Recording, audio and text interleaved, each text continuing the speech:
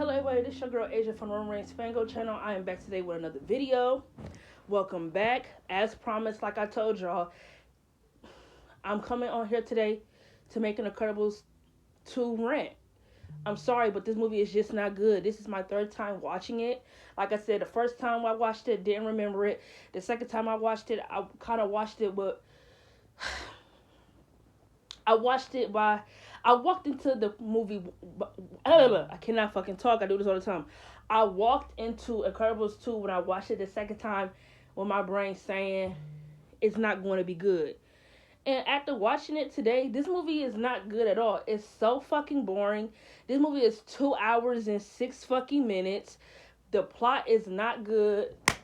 The storyline is not all that interesting. The villain is really fucking boring. Doesn't have a good motive. Like, this movie is just not good. The only thing I could give this movie is that it had beautiful animation. The animation for Incredibles 2 was top tier. It was fucking beautiful. Like, Pixar was at its best with the animation. This shit was top notch. I like how real it looked. It has such a good realism to it. Like, it was just top notch animation. Like, I can't just say, oh, the animation sucked. No, the animation was great, which is by far the only good thing about this movie. Only good thing about this movie was the animation and introducing Jack having powers, which I'm pretty sure... I don't know why that was a storyline in this movie, because I'm pretty sure in the first movie, when he was turning into a devil baby and becoming like metal and things, like when he was basically transforming into things that definitely gives that he has superpowers. Why did they make that a storyline in Incredibles 2? I thought they knew that, but whatever. So, yeah. The only things in this movie I liked was the animation and Jack having powers. There were some scenes I did like. I liked the final battle scene. I liked it. The opening scene. I liked it. The scene where Jack was fighting the raccoon. I liked it. The scene where Evelyn was... Now, why do I keep saying Evelyn? That is the screen slayer. When Helen... because their names kind of sound like... Well, I'm gonna just say Alaska Girl. When Alaska Girl was when she saved the train. I liked that scene. I liked the scene when she was chasing the screen slayer, who she thought it was, but it was just a piece of guy. I liked that scene. Like, I liked the scene where Frozo came and helped Dash and Violet and Jack from the other villains. I liked that scene. Like, they did have some cool scenes in here, but you don't get any of the action until the second half of the movie. That's when shit really starts happening. Other than that, it's just a whole bunch of scenes of a whole bunch of talking. Bob helping kids with their homework.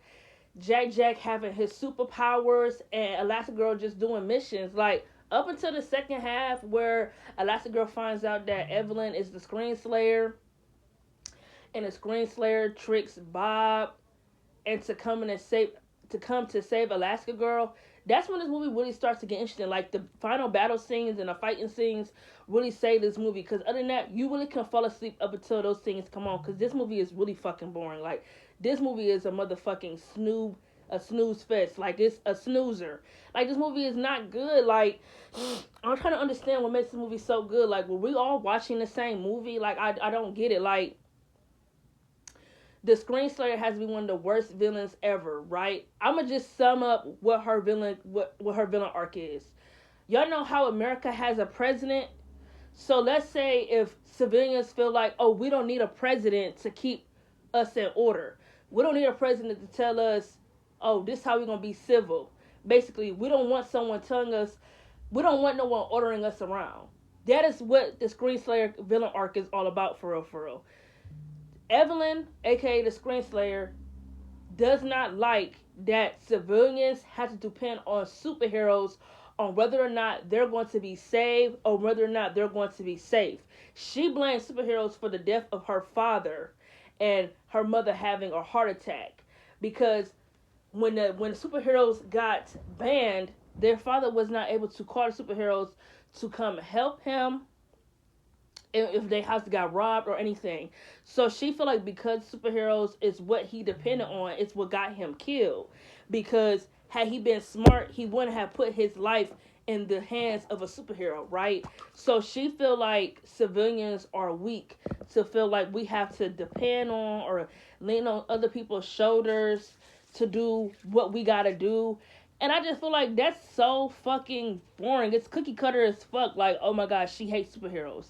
But she wants superheroes to be illegal, but she wants them to be illegal for all the wrong things. While her brother wants them to be illegal so they can go back to saving people. People don't have to worry about bad things happening. Like, the whole villain arc to me just wasn't interesting. Like, the villain was just not that interesting. She, like I said, she had a bad arc.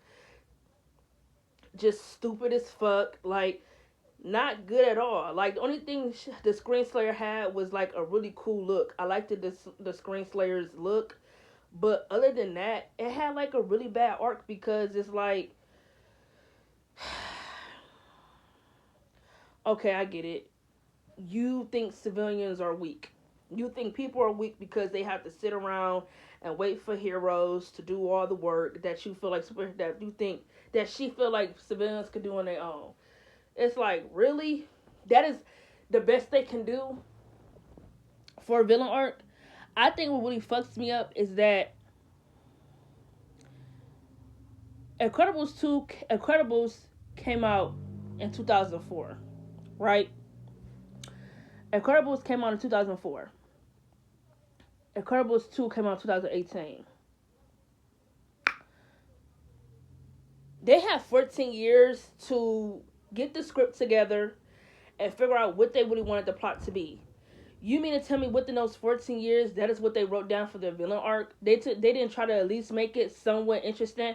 And I wasn't against Bob raising the kids or Elastigirl finally having her own shine to be her own hero and not have to be underneath the spotlight of a man. I was totally for all of that. But, like I just said, this movie was just seeing what she can do on her own and Bob raising the children. That shit was like, I mean, her scenes was cool or whatever, but if she wasn't doing no action, it was just a whole bunch of talking. And it's like, none of the shit they were saying was even that interesting for you. They had a lot of talking scenes. Like, it was a lot of talking in this movie. To where I feel like them talking scenes were really bumming me the fuck out. Like, them talking scenes were really bumming me out to where I feel like, bring on the action. Like, bring the action on. Like, why is it so much talking? And at home with Bob and the kids, to me what's so confusing is like, has he never like raised his children alone before? Like, has Helen never like left the house and went grocery shopping and he had to sit at home with the kids? Like, why it seemed like when he was raising the children, this is his first time doing everything? Like, why does it seem like it was his first time giving Jack a bedtime story, or feeding him a bottle, or getting the kids breakfast ready, or getting them ready for school? All that seemed a little way too brand new for someone, I don't know, who's been in their kid's life for a fucking lifetime. How was you just now learning how to do all those things? That makes no sense to me. I don't give a fuck know what I said. It made no sense to me. Like, it made no sense whatsoever. Like, this movie had a lot of fucking filler in it. And it makes sense because it's 2 hours, 6 minutes. They had to be filler up until they got to what was interesting. And the interesting stuff was the ending. For like I said, the fighting scenes and the final battle, things like that. Violet is, like, very fucking annoying in this movie. She's so fucking annoying. She's so whiny. Like, she was really losing her shit over a boy. A boy that did not notice her up until she changed her look completely. Up until she put her hair back and started getting pretty. He did not notice her when she was all dark and gloomy. Like, if any of y'all ever watched Total Drama Island, she reminded me of Gwen, right? Gwen was dark. Gwen was brooding. But around Total Drama World Tour, no, fuck that. Around Total Drama All Stars, they made her whiny as fuck. That is who Violet reminded me of. She was just so fucking annoying. She was so whiny. Like, watching the whole movie again today, she just irritated me the most. Like, she had so much talking scenes. It's like, oh my God, shut the fuck up. She just talked, and sometimes it was for no reason. It's like, why the fuck is she talking? Like, why does she talk so much? Like, she literally just talked, and it was really about nothing most of the time. It's like she's just talking and talking and talking, and she just so fucking annoying because she just thinks she know everything. And what was irritating me is that she was really losing her shit over a guy. Like, girl, it's not the end of the world. And had her dumbass not took her mask off, and the hints of them fighting the Underminer, Tony would have never had knew that she was a superhero. But her to be dumbass decided to take her mask off in the heat of the moment of being angry, and then gets mad because Bob tells Decker to erase that boy's memory. Why the fuck would you take your mask off? It's not like Bob thought, oh, his entire memory of you would disappear. He just thought he wouldn't remember you being a superhero. This girl was just, she was really annoying the shit out of me. Like, she was like really blowing me, like blowing the fuck out of me. Like, I was completely blue because it's like all this for a boy. Really? I'm over it. I'm over her. This movie was just not good. Like I said, I don't give a fuck what that Rotten Tomato score is. It could be a 93 all it wants to. This movie is not good. The reason why it has a 93 Rotten Tomato score because of nostalgia. And if you look it up, that is why it's loved, right? 100 reviews, 100% love the nostalgia. Because we all love The Incredibles, so of course, if you're someone who grew up watching The Incredibles, of course, when Incredibles 2 came out, you want to move there to go see it. But I promise you, you can look up any review you want to on YouTube. People are going to say why Incredibles 2 failed, why it failed to succeed, because it had no good plot. The villain was trash. This movie is just not good. It's just not. Like, and then right after they dropped Incredibles 2, they dropped another trash movie, which was Toy Story 4. Like, at this point, Pixar was just lining it up with trash because both Incredibles 2 and Toy Story 4 suck. I don't give a fuck what the Rotten Tomato scores are. They're both not good movies at all. Like, they're not. I don't care. Like, they're not good at all. Incredibles 2 lacked story. It lacked a good villain. And Toy Story 4 lacked emotion. It lacked emotion. It lacked a good story. It lacked everything. Toy Story 4 was not good at all. And that movie felt like 2 hours, even though it was an hour. And Incredibles 2 was 2 hours and 6 minutes. So no wonder why this movie felt like a fucking drag. Because I feel like there was a whole bunch of scenes they just put in here. Like, why are we getting scenes? It just was a lot of filler in this movie. You cannot tell me that it wasn't. It was a whole bunch of filler. Like, watching it, I was like, when is this movie going to be over with? Because I'm kind of over it. And no, I didn't skip. I literally watched the whole movie through and through. If I skipped it, I would have no reason to be on here making a rant.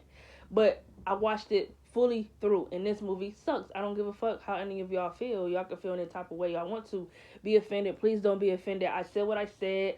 I'm going to shit on movies that y'all think that are great, even though they really suck. Y'all only like movies because of nostalgia. Y'all don't actually watch them. I don't watch movies so I can hate them, but if it's not good, I'm going to get on here and say it's not good. I'm not going to lie to myself and say, oh, that movie was good because it's nostalgic. Like, y'all like Toy Story 4 because it's nostalgia. Y'all don't like it because of the storyline or anything they actually wrote in the movie. Y'all like it because of nostalgia. Y'all like Incredibles 2 because of nostalgia. Y'all don't like it because it told a good story or anything like that at all. Y'all like it because of nostalgia. I said what I said. Be offended. Don't be offended. Whenever I get on here, I'm also going to speak my opinion, but I'm also going to put little facts in there as well. So, it is what it is. It's up and it's stuck. I'm going to always stand 10 toes down on what the fuck I believe in. It's just that. Anyway, that is my Incredibles 2 rant. This movie sucks. I don't recommend it. If you want to watch this movie, watch it once. Make sure you actually pay attention to everything so you don't have to watch it 2 or 3 more times like I did. You don't want to suffer yourself because this movie is like you're suffering yourself. I'd rather do a whole bunch of things in this world than sit down and watch this movie ever again. I put that on everything. Now, as far as my review is concerned, I did not forget to come out with a final season 2 episode 10 review. That will be up sometime today. I just haven't got a chance to watch it yet. Once I do watch the episode, my review will be up and ready to go. As promised, I love y'all. Catch y'all next time.